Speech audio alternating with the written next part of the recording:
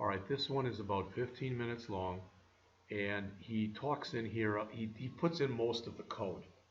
The, what we do will be virtually the same thing as this. So again, it's not that you have to take notes or even, but just kind of look at what he's doing because um, one thing is what I've shown you so far in a little bit that we've actually done with Android, and I know it's been very little. When you are working in Android and you go into the XML screen, there is an on-click event that you can set in there, but there's another way you can do it. He's going to show you that way. Depends on who you are. Some people do it the way I showed you. Some people do it the way he showed you. Most people do it both ways. All right, so again, you'll see that in just a second. In the last video, we constructed the basic layout for our application. The goal for this video is to add the interactivity in our app. There are two things we want to do. If you are scrubbing on a seek bar, we'd like for this label to change and update the tip percentage to be between a value of 0 and the maximum tip percentage. And also, as you type the base amount of your bill, of your lunch or dinner or whatever, we want to take that value and dynamically compute the tip and the total.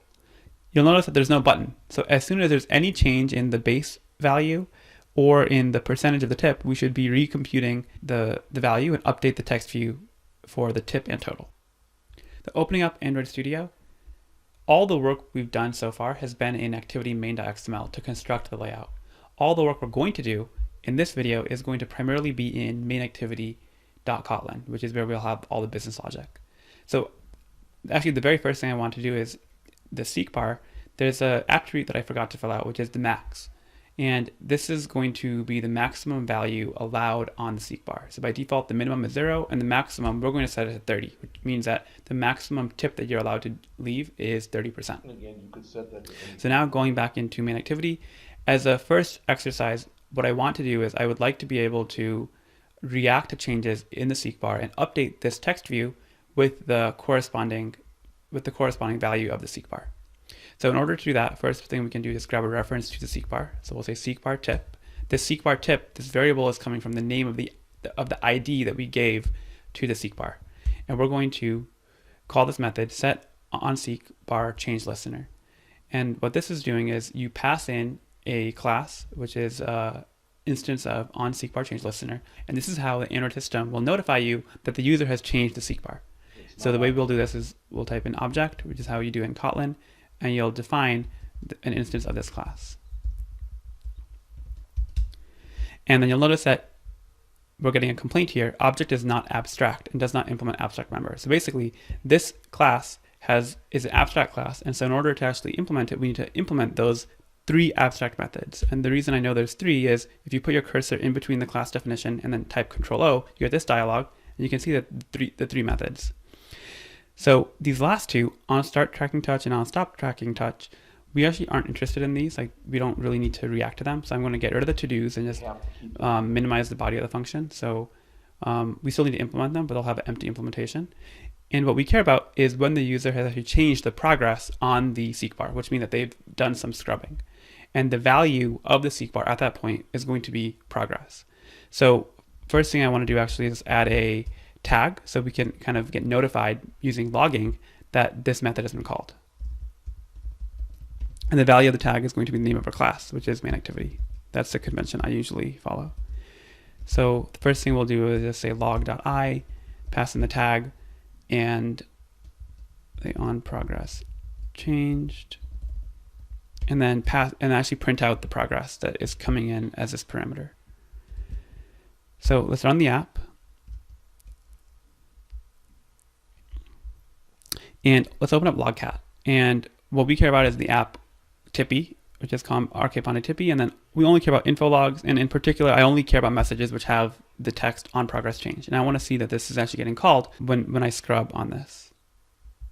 Let's just see what the value is. So yeah, you can see that the value is going up as I go up, and the maximum value is 30, which is what we had just set, and the minimum is 0. So it looks good. So we are able to set that properly. So what we want to do when we get notified that the progress has changed is update the value of this text view. In this text view, we gave it a label of TV tip percent. So what I'm going to say is TV tip percent dot text is equal to the progress, right? So we want to say progress, but this progress is actually an int. What we would like to do is we want to make it a string, and in addition, we want to concatenate a percentage sign after the integer. So the way we can do that is actually using Kotlin's really nice formatting structure. So we say $progress, which just means to replace this with the actual variable progress, which is integer, and then we can just say percent. Let's try that out. So now as I scrub, you can see that we are properly updating that text view. So one of the oddities, or one of the bugs kind of, is that initially the value is hard-coded to 15, which is incorrect, right? Because the scrub is still at the position 0. So what we should do is when we first initialize the app, which is right after set content view, we want to set the seek bar value to be that progress, that percentage. So we'll say 15. And in addition, we want to explicitly set the text on the TV tip percent, that label, to be that 15%. And because 15 is something that we're sharing both in this line and this line, it's the initial value, I'm going to make that into a variable. So then we don't have to keep referencing it. So let me just fill this out. So I'll say 15%, right? And now we want to make 15 into a constant. So I'll add that right below the tag, private. We say final, they say constant. And this is going to be an integer constant value. So initially the progress will be initial tip percent, and then this is going to be initial tip percent as well, like that.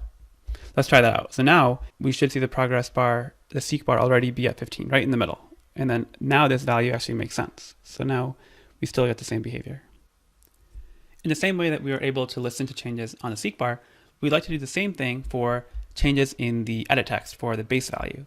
So anytime the user types in a value here, we would like to get notified of that and then compute the tip and total. So the way we'll do that, going back into main activity, is quite similar to what we did with the seek bar. We added a seek bar change listener. There's something analogous that happens for the edit text. So we'll say et base, and we're going to add a text change listener. And you can see the parameter here is that it takes in a text watcher. And so we're going to create our own instance of a text watcher. And then again, you can see Android Studio is complaining because there are some abstract methods. So I'm going to say Control O to override these methods. And then go down to the text watcher, and you need to implement all 3 of these. But similar to the on seek bar change listener, we actually are only interested in after text change. This method gets called when the user has actually changed some text. So I'm going to remove the to-dos there and just leave an empty implementation. To get a better understanding, let's put a log statement here so that we can understand when this is being called. And in addition to logging the method name, let's also log the value. So S is the editable, which is what the user has actually been typing. Let's run that. And I need to open up logcat. So we get rid of the filter for on progress change. Let's just look at all info level logs. Like before, if you change the seek bar, you get notified of that. And then if we change the base value, you can see I am typing in 800 and we keep getting notified of that, which is exactly what we want. Every time this gets changed, we would like to be using that as an opportunity to calculate the tip and total. So I'm going to define a method which does that for us. Say compute tip and total. And then Android Studio can help us create this function. I'm going to define it inside of main activity. And the idea is that we want to get the value of the base and tip percentage. And then once we have these 2 numbers, the base and tip percentage, we can calculate the amount for the tip, which is going to be the tip percent times the base. And we can also calculate the value for the total amount, which is the tip plus the base. So the value for the base is going to be whatever is inside of the base. So it's et base, the edit text, base, text, and we need to actually call toString on this. And then this is going to be a string, but in order to do math, we want it to be a double. Like we want it to be a decimal, to double. Great, and now we can capture the value of this as base amount. And then we want to get the tip percentage. So that'll be the seek bar. The progress of the seek bar is the percentage of the tip that we want. So this is going to be tip percent. And so now it's a question of just doing the math between these two values, right? So we can say the tip amount is going to be the multiplication of the base amount times the tip percent. And then the total amount is going to be the base amount plus the tip amount. And so now that we have these two values, all we need to do is actually place them into the corresponding text view. So this one is TV tip amount, and the total is the TV total amount. I want to copy the IDs, and we're going to start referencing that here. So we'll say TV tip amount dot text is equal to tip amount. And we want this to be a string. And so I'm going to say to string, and then similarly, we want TV total amount. The text of that should be the total amount to string. Okay, let's try it out. So the tip percentage is 15, and then I can type in 80, and you can actually see that the tip computation is a bit off because this is actually more than the base value. I think I know the reason why. It's because the tip amount should be the base amount times the tip percentage divided by 100, because we need it to be a percentage. So let's try that one more time. Just to make the math easy, let's put in 100. And now it makes sense. 15% of 100 is 15, and that means that the total is 15 plus 100, which is 115. That looks a lot better. One thing that we haven't done yet, though, is as I change the tip percentage, we would expect that the tip amount and the total amount should change. And the reason this isn't working yet is because we haven't called this method from the onSeekBar change listener. And so all we need to do is call this method whenever the seekbar has been changed. Let's try that now. Now if I say 100, like before, we get 15 and 115 as the value. And if I change this, you can see it does actually update properly. Awesome. So there are actually two things that I think we can really improve here. Spend a minute to think about what might go wrong or what could we improve on the current implementation. So the first thing is actually a bug. And so let me show you what the bug looks like. So if I backspace, don't have anything in the base amount, then you can see the app just crashed. If we open up Logcat, please see why. I'm trying to look at the very top of the stack trace. You can see fatal exception main on the main thread, number format exception, empty string. And so it actually gives us a pointer to where this crash occurred. And you can see that we're trying to get the value of whatever's in our edit text. We're calling toString on it, but that's an empty string, and we're calling toDouble on an empty string. And we don't know how, Android system doesn't know how to convert an empty string into a double number. So that's the issue. So what we want is we want to guard this call, and before we make it, we want to check, is our edit text actually empty? And if it is, we don't want to try and convert that to a number. So we'll say if etBase.text, and the string value of that is empty. Then a couple things we want to do. One is we want to actually update the value of our tip and total to be empty, because it doesn't make sense to show anything then. And then the other thing is we want to do an early return so we don't actually execute any of this logic. So we'll say the text is empty for both the tip and total. And then we also want to return early. Let's try that. So now if I type in some value and my backspace, you can see that we don't crash. And then we've also appropriately cleared out the value for tip and total. One more thing we can do is actually we can get rid of the toString method, because the value of the text, which is an editable, that actually has an isEmpty method. So there's no need to actually call toString on it. Okay, that was one of the issues. What is another thing that we could improve? The second thing I think we can improve is the formatting of the strings. It's not obviously obvious here, but it's a little weird that, we only have one decimal point. Typically, when you deal with currencies, you want 2 decimal points. A way to make this look even worse is if I do 100.9, then it turns out the computation of that is 116 point some very long decimal. The user only cares about showing 116.04, for example, if you're rounding. And so the way you can do that is using string format. So instead of calling tip amount toString, which will just take the value of that number and convert it to a string, we want to be a little smarter about how we do that conversion. And it's pretty easy to fix it. All we're going to do is use this as our format string and call the format method on that with the amount. And so we're going to do the same thing for the total amount. Okay, let's try that.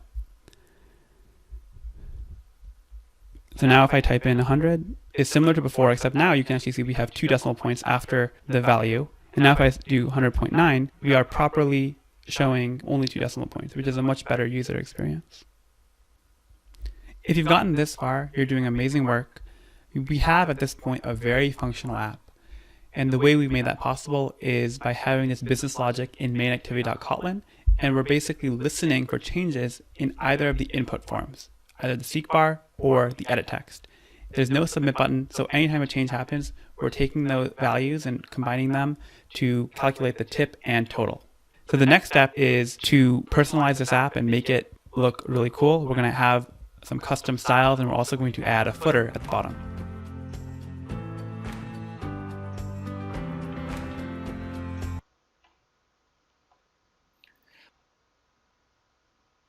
There's net.